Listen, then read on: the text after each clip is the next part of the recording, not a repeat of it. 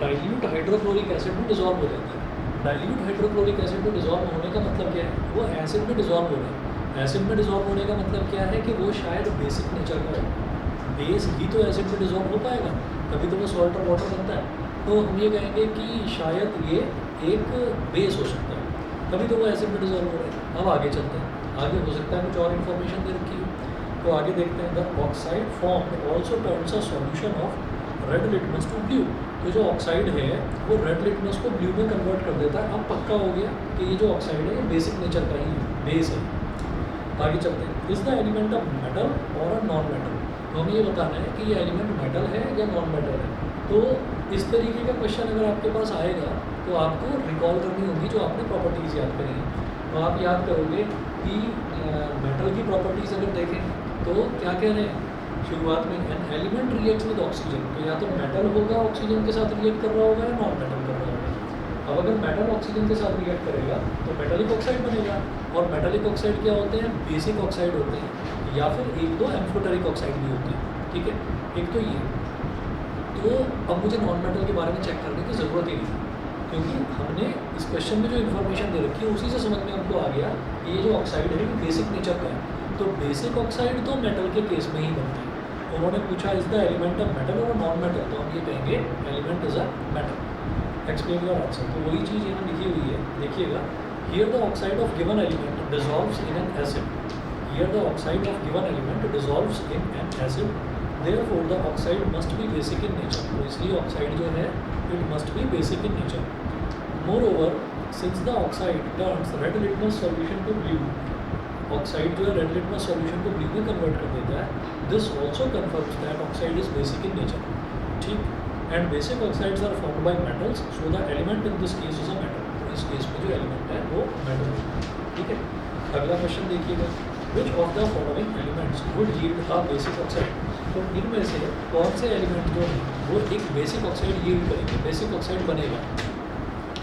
कौन से एलिमेंट्स में बेसिक ऑक्साइड बनेगा। तो देखिए एलिमेंट्स कौन कौन से दे रखे हैं। एलिमेंट्स अपनी इन्होंने हमको दे रखा है सल्फर, फॉस्फोरस, कैल्शियम और सिलिकॉन। ठीक है, पेज नंबर 25 में जो क्वेश्चन है उसकी बात करें। क्या दे रखा है, sulphur, phosphorus, calcium and silicon, ये दे रखा है। तो इसमें ना हम ये जानते हैं, वो क्या कह रहे हैं कि विच of the following elements would yield a basic oxide. तो बेसिक ऑक्साइड कौन देगा, मेटल ही तो देगा। इन चारों में मेटल कौन सा है, कैल्शियम। ठीक है ना, कैल्शियम ही मेटल है, तो इसका मतलब कैल्शियम ही यील्ड करेगा बेसिक ऑक्साइड। आंसर देख लीजिए, we know that only metals give basic oxides and out of these given elements only calcium is a metal, so only calcium will give a basic oxide. तो calcium ही basic oxide है। अगला देखिएगा, which of the following will displace hydrogen from acids to form salts. क्या बोल रहे हैं, इनमें से कौन कौन सा एलिमेंट दे रखे हैं, sulphur, phosphorus, sodium and silicon. तो वो कह रहे हैं विच of the following will displace hydrogen from acids, displace hydrogen from acids. तो भाई नॉन मेटल तो हाइड्रोजन को डिस्प्लेस करता ही नहीं है। हमने एसिड्स में देखा कि नॉन मेटल HCl से या H2SO4 से किसी भी एसिड से रिएक्ट करते ही नहीं। ठीक है, तो मेटल ही करेगा। मेटल कौन सा है इनमें से, सोडियम। बस अगली बात, नेक्स्ट देखिएगा क्वेश्चन।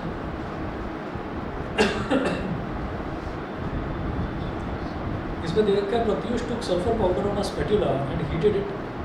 स्पैटुला पर वो सल्फर का पाउडर लेता है और सल्फर के पाउडर को वो हीट करना शुरू करता है। अच्छा, he collected the gas by inverting a test tube over the burning sulfur। तो वो स्पैटुला लेगा और स्पैटुला पर सल्फर को रखेगा। तो सल्फर रख दिया यहाँ पर,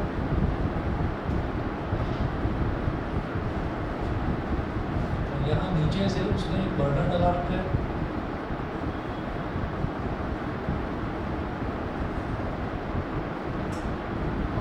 यहाँ सल्फर का पाउडर रखा हुआ है बहुत सारा।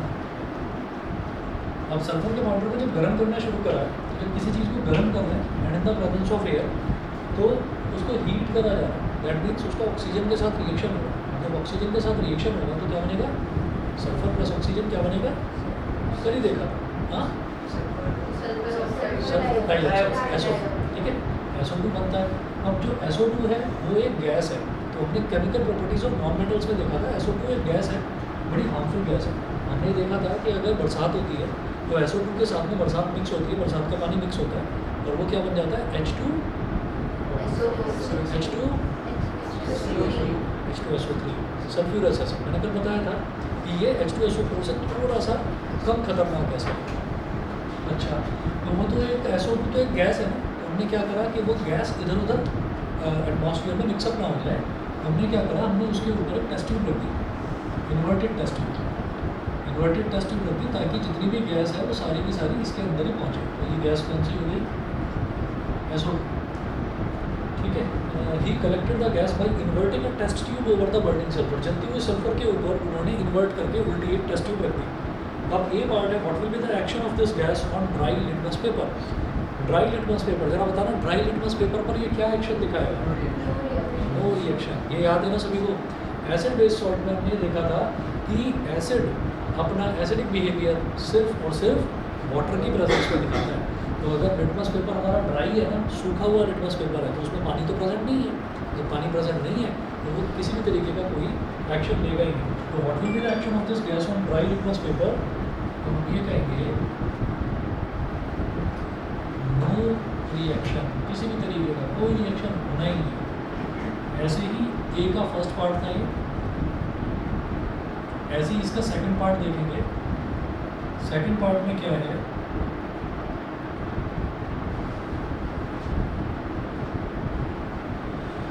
Moist litmus paper. अब मॉइस्ट लिटमस पेपर में क्या होगा, what will be the action of this gas on moist litmus paper. तो मॉइस्ट लिटमस पेपर में हम ये कहेंगे SO2 तो एसिडिक है, क्या करेगा, you litmus to red.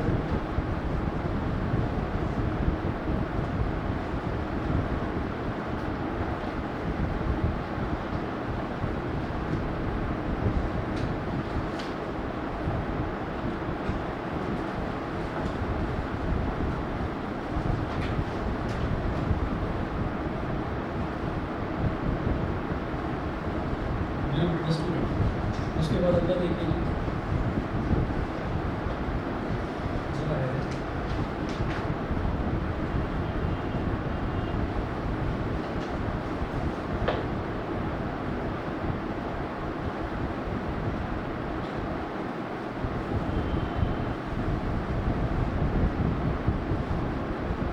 write the balanced chemical equation for the reaction taking place.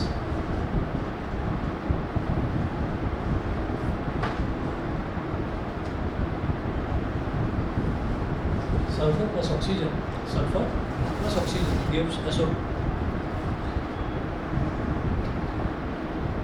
ये हो यहाँ पर आपकी केमिकल प्रॉपर्टीज जो हैं मेटल्स की, नॉन मेटल्स की, ये दोनों खत्म होती हैं। इसके बाद अगला टॉपिक स्टार्ट करेंगे आयंस। अब आयंस में देखेंगे, सिलेबस है अभी किसी के पास, बिल्कुल नहीं चेक करके। आयंस दो तरीके के, आयनिक, एक तो आयंस में एक तो हम देखेंगे आयनिक बॉन्ड, एक देखेंगे कोवलेंट बॉन्ड। ये देखकर बता दो, ऊपर डाला था मैंने syllabus.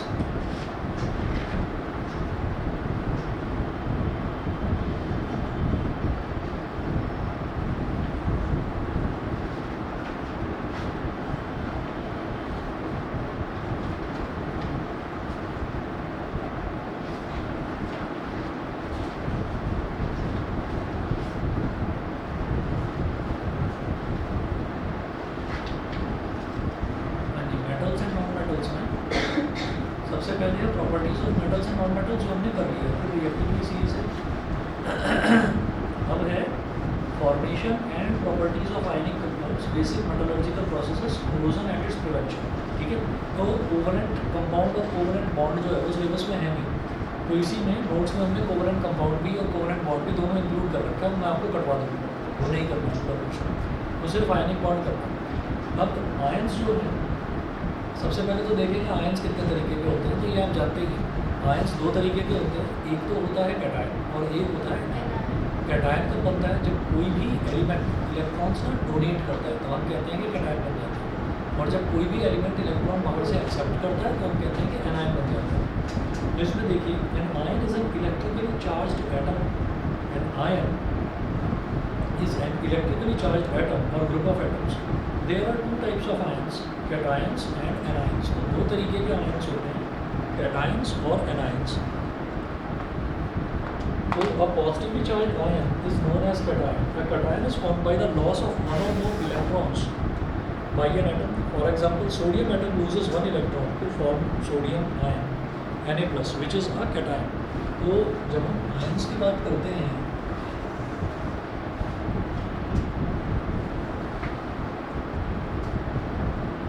ions are of two types,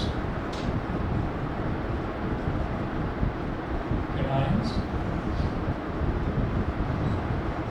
और anions. cations और anions. cations कौन से होते हैं? पॉजिटिवली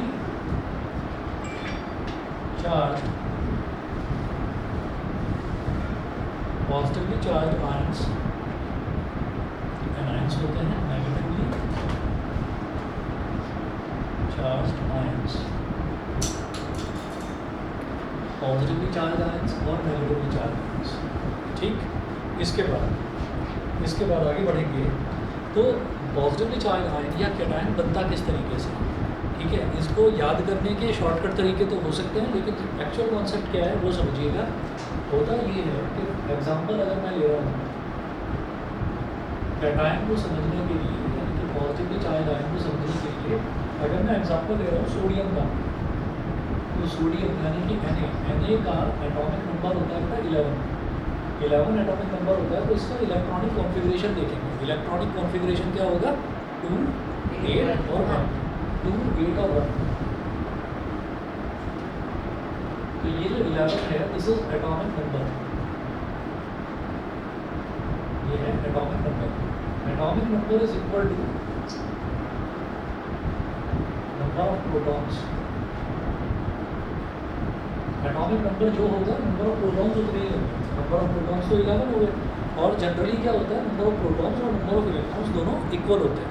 तो नंबर ऑफ प्रोटॉन्स हमारे पास 11 है, तो नंबर ऑफ इलेक्ट्रॉन्स भी 11 ही होंगे. हम यहाँ पर लिखेंगे नंबर ऑफ इलेक्ट्रॉन्स.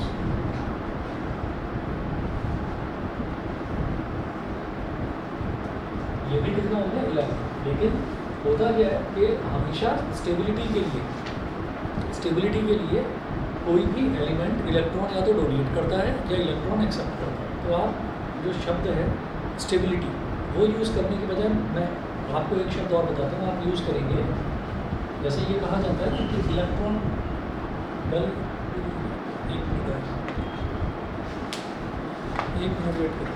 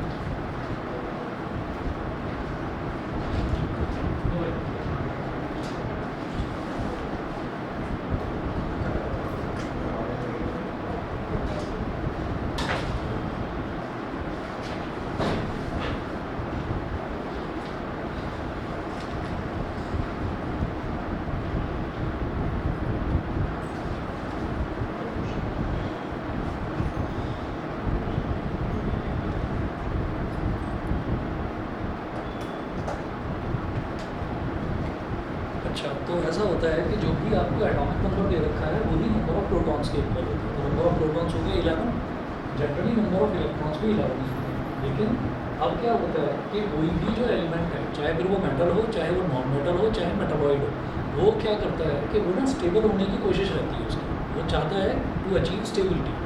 तो अब हम ये कहेंगे, जैसे मान लीजिए हमने जो रिएक्टिविटी सीरीज देखी थी, तो रिएक्टिविटी सीरीज में क्या था, hydrogen, helium, lithium, beryllium, boron, carbon, nitrogen, oxygen, chlorine, neon, sodium, magnesium, aluminium, silicon, phosphorus, sulphur, chlorine, argon, potassium और कैल्शियम। अब इसमें क्या होता है कि इसमें ना इनर्ट गैसेस होती हैं, जिनको नोबल गैसेस भी कहा जाता है। एक तो होती है नियॉन, एक होती है हीलियम और एक होती है आर्गन। हमने शुरुआत यहाँ से करी, तो वन का मतलब इसका एटॉमिक नंबर 1 है, इसका एटॉमिक नंबर 2 है, इसका 3 है, इसका 4 है, इसका 5 है, इसका 6 है, 7, 8, 9, 10, 11, 12, ऐसे ही करते करते वो आपका 13, 14, फास्फोरस 15, सल्फर 16, क्लोरीन का 17, आर्गन का 18, पोटेशियम का 20 और कैल्शियम का 20। तो हमने 20 एटॉमिक नंबर तक के ये याद कर लिए थे। अब इसमें हम ये देखेंगे, यहाँ पर ना ऐसा होता है कि जैसे मान लीजिए अभी मैं एग्जांपल ले रहा हूँ सोडियम का, ठीक है। तो सोडियम का जब मैं एग्जांपल लूँगा तो सोडियम का एटॉमिक नंबर है 11। अब क्या होता है कि ये कोई भी एलिमेंट है वो हमेशा ये चाहता है कि अगर देखिए सबसे पहली जो शेल होती है उसमें मैक्सिमम 2 इलेक्ट्रॉन आते हैं और उसके बाद वाली जो शेल्स हैं उसमें 8 पर ही स्टेबिलिटी मिलती चली जाती है, ठीक है। तो वैसे तो अगर देखा जाए तो पहले में 2 आएंगे, दूसरे में 8 आएंगे, फिर 18, फिर 32, 18 तक अकोमोडेट कर लेता है। लेकिन इतनी बड़ी जो शेल है, इतनी बड़ी शेल बन नहीं पाती, वो 8 जो इलेक्ट्रॉन्स हैं उतने पर ही वो स्टेबल हो जाता है। तो अब जब वो 8 पर स्टेबल हो रहा है, तो जैसे यहाँ पर पहली वाली शेल है इसमें 2 इलेक्ट्रॉन है, दूसरी वाली शेल में 8 इलेक्ट्रॉन है, तो तीसरी वाली में वो 8 बनाना चाहेगा लेकिन बन नहीं पाएंगे। क्यों? Due to energy considerations. Due to energy considerations it is not able to accept 7 electrons from outside. ये 7 इलेक्ट्रॉन एक्सेप्ट नहीं कर पाएगा, तो ये क्या करेगा, अपने आउटर मोस्ट शेल में जो 1 इलेक्ट्रॉन है ना उसी को डोनेट कर देता है, ठीक है। अच्छा, अब इसने डोनेट कर दिया तो ऐसा होता है जैसे हमने कहा सोडियम है, तो सोडियम में ये बीचों बीच में, बिल्कुल बीच में सेंटर में तो होता है न्यूक्लियस, उसको मैंने Na लिख दिया। सेंटर में जो मैं सबको बना था न्यूक्लियस, न्यूक्लियस के अंदर 11 के 11 प्रोटॉन और न्यूट्रॉन को भरे हुए हैं।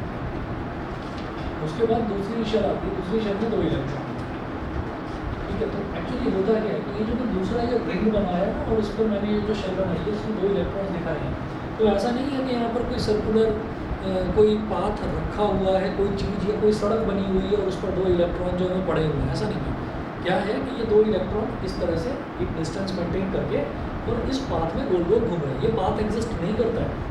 आप ये सोचिएगा कि अगर मैं यहाँ पर इसी में यहाँ पर मान लीजिए ग्राउंड है, कोई बहुत बड़ा मैदान है, ठीक है, उस बहुत बड़े मैदान में अगर मैं गोल गोल चक्कर काटने लगूँ तो इसका मतलब क्या है कि भाई मैंने अपना पाथ डिसाइड कर लिया कि मैं सर्कुलरली घूम रहा हूँ, ठीक है।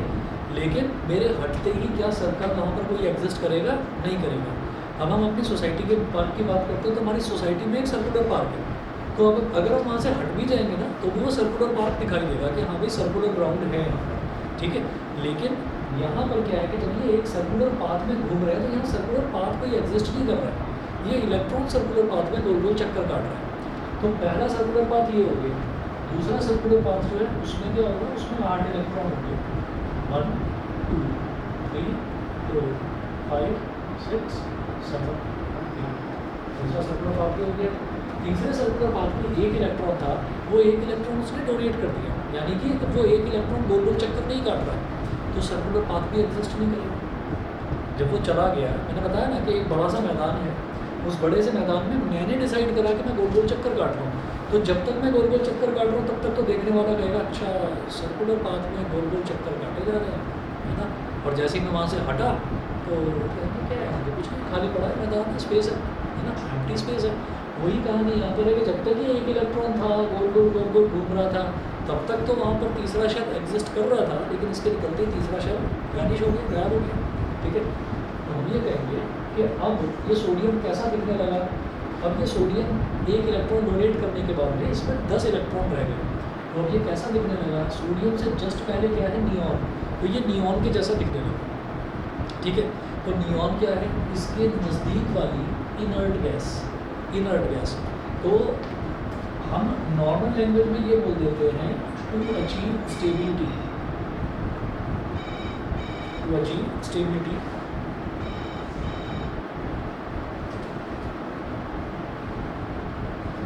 नॉर्मली हम ये बोल देते हैं टू अचीव स्टेबिलिटी, लेकिन अगर मान लीजिए आयंस का क्वेश्चन पेपर में आया तो आप टू अचीव स्टेबिलिटी नहीं लिखेंगे, आप लिखेंगे सोडियम डोनेट्स और loses 1 electron from its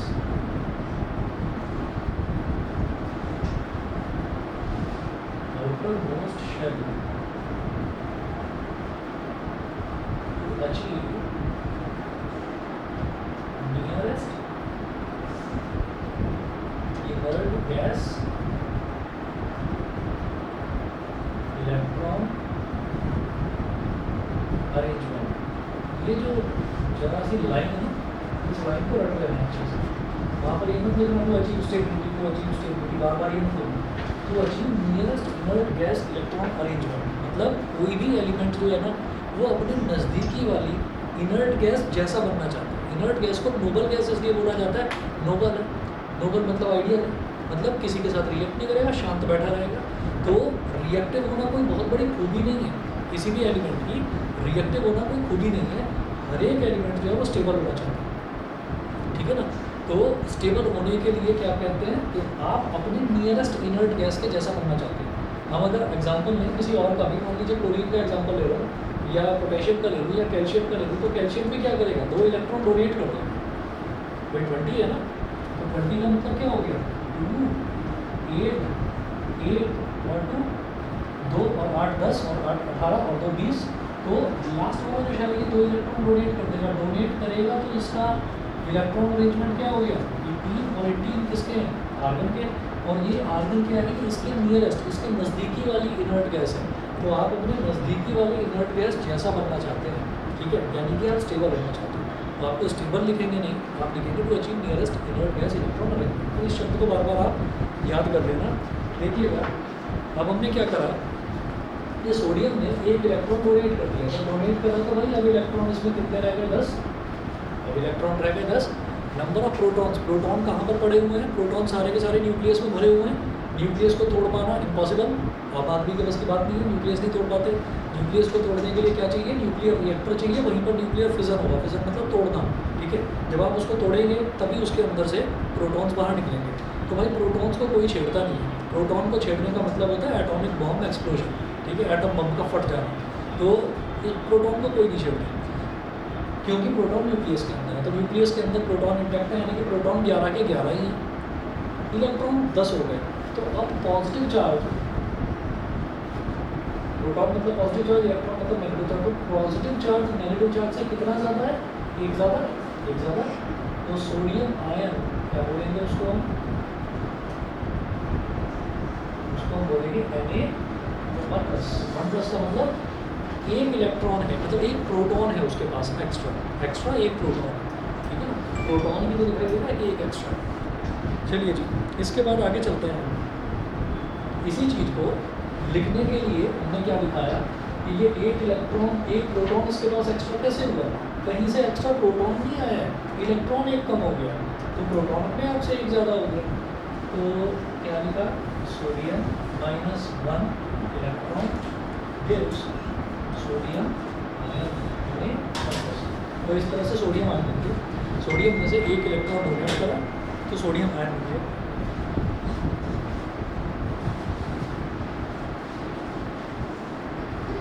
आगे चलते हैं। A negatively charged ion is known as anion, and an anion is formed by the gain of one or more electrons by an atom. तो अगर कोई एटम एक या एक से ज़्यादा इलेक्ट्रॉन गेन करता है तो एनायन बन जाता है। तो एनायन का केस भी इसी तरीके से समझ लेंगे, ये बता रहा हूँ उधर से।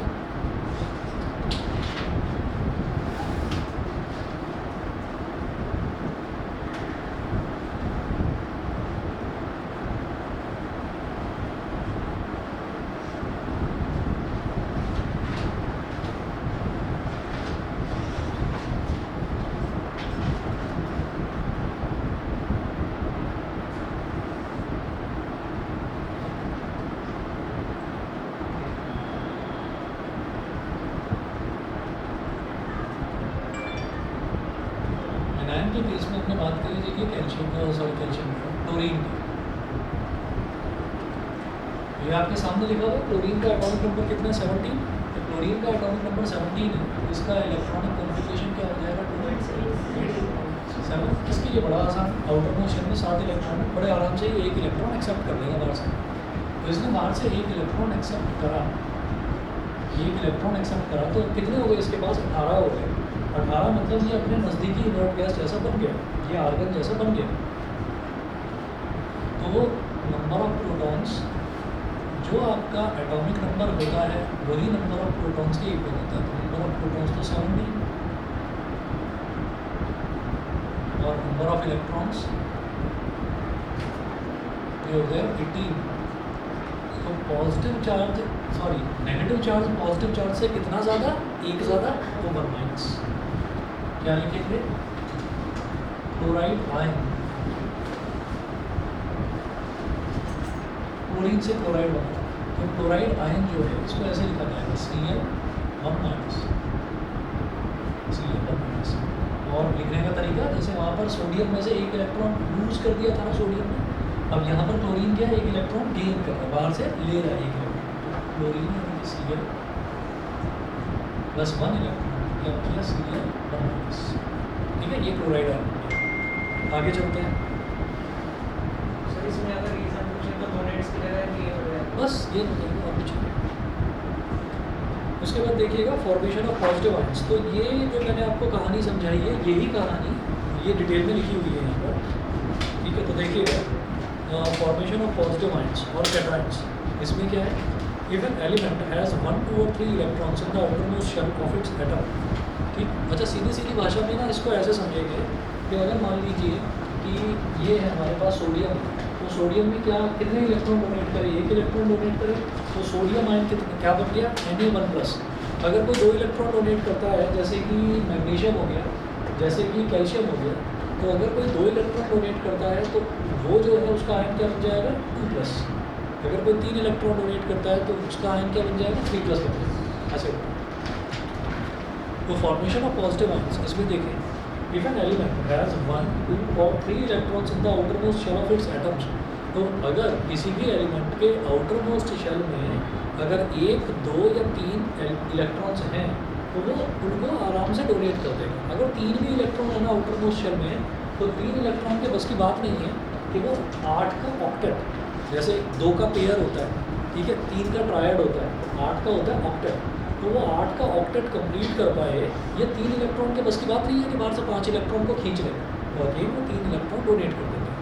तो 1 इलेक्ट्रॉन है डोनेट कर देगा, 2 इलेक्ट्रॉन है तो भी डोनेट करेगा, 3 इलेक्ट्रॉन है तो भी डोनेट करेगा, 4 इलेक्ट्रॉन अगर है ना तो फिर वो शेयरिंग करता है। शेयरिंग में बनता है कोवेलेंट कंपाउंड। कोवेलेंट कंपाउंड अपने सिलेबस में नहीं है, हमें सिर्फ आयनिक करना है, यानी कि हम सिर्फ डोनेशन की या एक्सेप्टेंस की बात करेंगे, हम शेयरिंग वाला पढ़ेंगे ही। ठीक, चलिए मैं आगे चलता हूँ।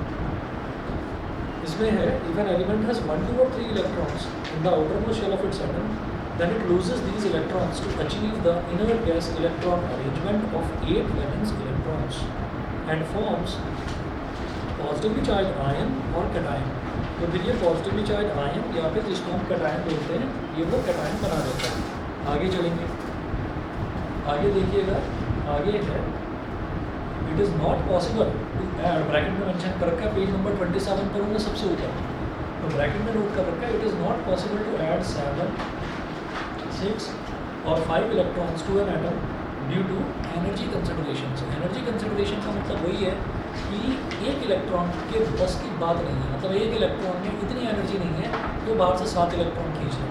तो शुरुआत में 7 लिखा है किसके लिए, जिसमें आउटर मोशन में 1 इलेक्ट्रॉन, जिसमें सोचिए आउटर मोस्ट शेल में 2 इलेक्ट्रॉन है, उसको कितने खींचना चाहेगा 6, तो वो 6 लिखा है उसके लिए, जिसमें आउटर मोस्ट शेल में 2 होगा, और जिसमें आउटर मोस्ट शेल में 3 होगा उसके लिए लिखा हुआ है 5.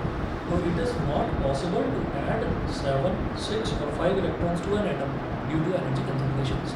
तो एनर्जी कंसंट्रेशंस की वजह से ये बस की बात नहीं होती, उनमें उतनी एनर्जी नहीं होती कि वो उतने इलेक्ट्रॉन्स को खींच पाए. So the metal atoms lose electrons to form positively charged ions or cations. metal atoms जो हैं वो positively charged ion या फिर cation बनाने के लिए वो इलेक्ट्रॉन को फिर लूज ही करते हैं, गेन तो वो कर ही नहीं पाते. तो आगे वही लिखा हुआ है formation of a sodium ion. तो सोडियम आयन का फॉर्मेशन हम देख चुके हैं, तो दोबारा देखने की जरूरत नहीं है. फिर वही कहानी आगे समझा रखी है. A proton has 1 unit positive charge whereas an electron has 1 unit negative charge. तो ये जो इतनी लंबी चौड़ी कहानी है ये नहीं करनी है, ठीक है. आगे चलते हैं.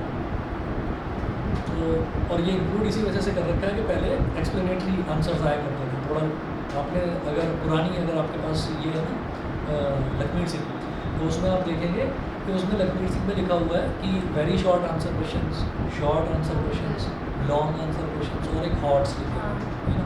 तो ऐसे लिखा हुआ है. तो पहले ना सब्जेक्टिव हुआ करता था पेपर बहुत ज़्यादा. अब क्योंकि शायद मुझे ऐसा लगता है कि शायद इनकी कोशिश ये है कि आगे कॉम्पिटिटिव एग्ज़ाम को और जो 10th है और 12th है इनके जो बोर्ड्स होते हैं इनको शायद ही कॉम्पिटिटिव एग्ज़ाम जैसा ही बनाना चाह रहे हैं. वो अच्छा भी है, वो अच्छा भी है. आज के ज़माने में हम सब कुछ धीरे धीरे सब ऑनलाइन होता जा रहा है. ऑनलाइन के साथ साथ आप अगर जेई का एग्ज़ाम देने जाएंगे ना, 12th क्लास में बच्चे भरते हैं, फॉर्म भरते हैं जॉइंट एंट्रेंस एग्जामिनेशन, या जिनको डॉक्टर बनना है तो वो नीट का पेपर देते हैं. तो उसमें आप ये देखेंगे कि सब ऑनलाइन एग्ज़ाम्स होते हैं. ऑनलाइन एग्ज़ाम में क्या होता है कि जैसे पहले एग्ज़ाम होता था तो बड़ी शीट बनती थी, आंसर शीट. जैसे आज अभी आप अगले साल बोर्ड का एग्ज़ाम देंगे या स्कूल में जो आप एग्ज़ाम देते हैं तो आपको शीट मिलती है. तो उसमें क्या होता है आपको एक कंप्यूटर सिस्टम मिल जाता है, ठीक है, और छोटे छोटे सेक्शंस बने रहते हैं. वो बीच में थर्माकोल की वो पार्टीशन लगा देते हैं कि कोई किसी से पूछ ना पाए. वैसे पूछ भी नहीं पाते. रीज़न ये है कि जो पेपर तो बिल्कुल सेम होता है, लेकिन तुम्हारे में जो क्वेश्चन नंबर 1 है वो तुम्हारे में क्वेश्चन नंबर 30 होगा, है ना. तो बार बार बच्चा ये कहे भाई मेरे वाला 30, नहीं मेरे वाला 1, इसका बता. तो वो कन्फ्यूज़न ही रहता है. और 1.5 घंटा रहता है, 1.5 घंटे में बच्चे के पास उतना टाइम होता नहीं. पतली सी छोटी सी एक जैसे डायरी होती है ना छोटी सी, वैसी एक बुकलेट मिलती है रफ काम करने के लिए कि आप कैलकुलेशन वर्क इसमें कर सकते हैं. उसको आप घर भी ले जा सकते हैं, कोई प्रॉब्लम नहीं है. और फिर क्लिक करके आंसर सबमिट करना होता है. तो 3 तरीके के उसमें भी ऑप्शन होते हैं. एक होता है कि रिव्यू एंड सबमिट, एक होता है सबमिट, और एक ये होता है तीसरा ऑप्शन ये होता है कि बाद में उसको करना, मतलब अटेम्प्ट आफ्टरवर्ड्स ऐसे करके कुछ होता है. तो आगे धीरे सब ऑनलाइन ही होते जा रहे हैं. तो हो सकता है CBSE भी शायद यही कर देगा. तो इसलिए आप ये देखिए कि पिछले 4-5 साल से 20 MCQs आने लगे. MCQs तो एक्चुअली 10 ही आते हैं, बाकी फिर वो 5 रीज़न दर्शन वाले आते हैं, और उन 5 में वो ट्रू फॉल्स या फिर इन द एग्जाम नहीं आ रहे. रीज़न दर्शन और यही रहता है. 20 नंबर का ये है, और इस बार भी ये आया है कि 10% वेटेज और बढ़ाई जा रही है इन्हीं की MCQs की. तो जैसे आप देखें ना लाइफ प्रोसेस में हार्ट है, लाइफ प्रोसेस में आप देखना हार्ट की मैं 3-4 पेज की इतनी लंबी एक्सप्लेनेशन उसकी समझा रखी है कि ऐसे ऐसे पंपिंग होती है.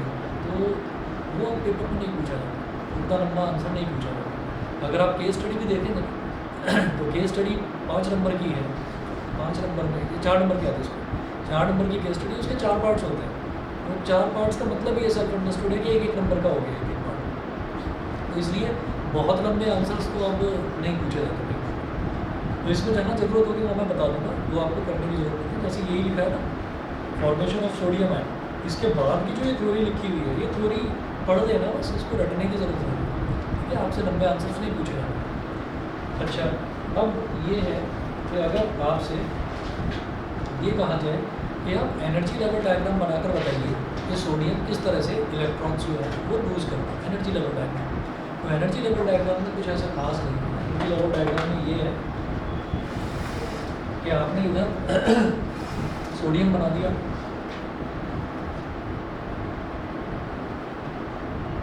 ये तो भाई इसका न्यूक्लियस हो गया. बीच में न्यूक्लियस का मतलब अंदर प्रोटॉन और न्यूट्रॉन भरे हुए.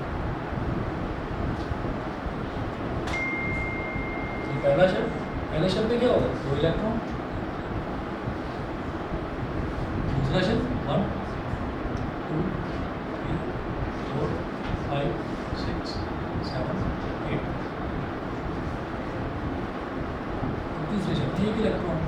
बस यहाँ पर एक एरो लगाकर यहाँ समझा देना loses this one electron in outermost shell.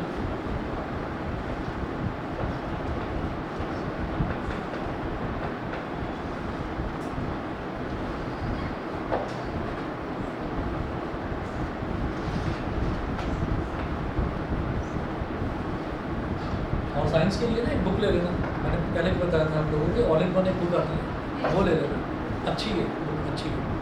Together आती है, टुगेदर भी अच्छी है, तो दोनों लेने की जरूरत नहीं है, कोई एक ले लेना, क्वेश्चंस वही होंगे दोनों बुक्स में। एक नहीं तो कहने के लिए वो एक और बुक भी आती है एग्ज़ाम आइडिया, उसमें बहुत सारे क्वेश्चन हैं, वो भी ठीक है। मतलब कोई एक बुक होनी चाहिए जिससे आपको ये आइडिया रहे कि ये मेरे पास नोट्स हैं, इसमें से मैंने ये चैप्टर प्रिपेयर कर लिया, मैं क्वेश्चन कहाँ से प्रिपेयर करूँ। चैप्टर पूरा पूरा बच्चे लर्न करके चले जाते हैं, क्वेश्चंस की अगर प्रैक्टिस नहीं करते ना तो साइंस का पेपर खराब हो जाता है, तो क्वेश्चंस की प्रैक्टिस करनी जरूरी है, ठीक। और कहीं पर भी कोई डाउट है तो आप बताना लोगों ने क्लास में। तो यहाँ पर लिख दिया -1 इलेक्ट्रॉन लूज कर दिया, 1 इलेक्ट्रॉन, मतलब आउटर मोस्ट शेल से 1 इलेक्ट्रॉन डोनेट कर दिया, तो आउटर मोस्ट शेल ही खत्म हो गया। बस अब क्या करेंगे, पहला शेल बनाएंगे, 2 इलेक्ट्रॉन दिखा देंगे, दूसरा शेल बनाएंगे 1 2 3 4 5 6 7 8, ठीक है जी। अगला देखिए इसी तरह से formation of a potassium ion. तो पोटेशियम आयन का फॉर्मेशन मैं अलग से आपको करके नहीं दिखा रहा, आप कर लेंगे इसमें, तो ऐसा मुश्किल नहीं है।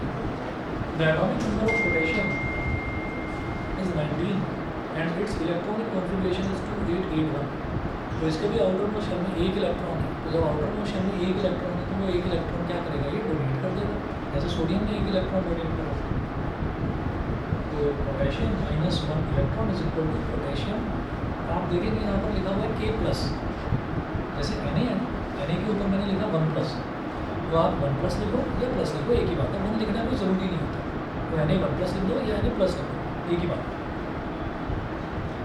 तो इसमें भी क्या है, वही loses this 1 electron in the outermost shell. तो यहाँ पर हमने कितनी शेल बनाई है, ये तो न्यूक्लियस है, 1 शेल 2 शेल 3 शेल, तो ये शेल आपको 4 शेल बना देंगे। फिर जब वो आउटर मोस्ट शेल में से इलेक्ट्रॉन लूज कर देगा तो उसमें 3 ही शेल रह जाएंगी, पहली दूसरी और तीसरी, ठीक है। तो मैं बनाकर दिखा नहीं रहा, समझ ही गए। सेम है आगे formation of magnesium ion Mg2+। तो Mg का इलेक्ट्रॉनिक कॉन्फिगरेशन 282 है, आउटर मोस्ट में से 2 इलेक्ट्रॉन लूज करेगा। तो बस इतना याद रखना है कि जो जितने इलेक्ट्रॉन लूज कर रहा है, जितने इलेक्ट्रॉन डोनेट कर रहा है, उतनी ही प्लस में उसका आयन बनेगा, मतलब उतनी ही प्लस में उसकी वैलेंसी। सेम है फॉर्मेशन ऑफ कैल्शियम है Ca2+, और सेम है फॉर्मेशन ऑफ एल्यूमिनियम। तो कैल्शियम एल्यूमिनियम ये सब आप कर लेना। फिर जो इलेक्ट्रॉन डॉट रिप्रेजेंटेशन है, इलेक्ट्रॉन डॉट रिप्रेजेंटेशन हो गया और नेगेटिव वाला, ये फिर मैं नेक्स्ट क्लास में आपको करा दूँ, आज इतना करूँ, ठीक है। जैसा बताया था कल की छुट्टी रहेगी, परसों रहेगी नेक्स्ट आपकी क्लास।